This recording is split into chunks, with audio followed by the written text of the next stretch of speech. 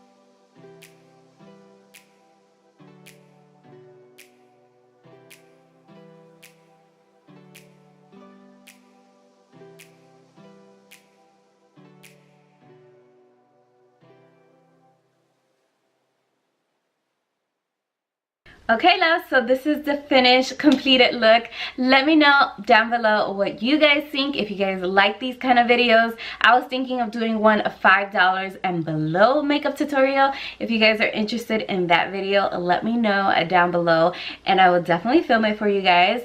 So yeah, I definitely love how this look came out using all drugstore $6 and under. I mean, you cannot go wrong using drugstore makeup. I love drugstore makeup. I think I love drugstore makeup more than high-end. In my opinion, I think it's super good, super affordable, especially the Wet n Wild brand is one of my absolute favorite brands from the drugstore. So yeah, I hope you guys all enjoyed this makeup look. If you guys did, don't forget to give it a thumbs up and I will see you all in my next video. Bye, loves.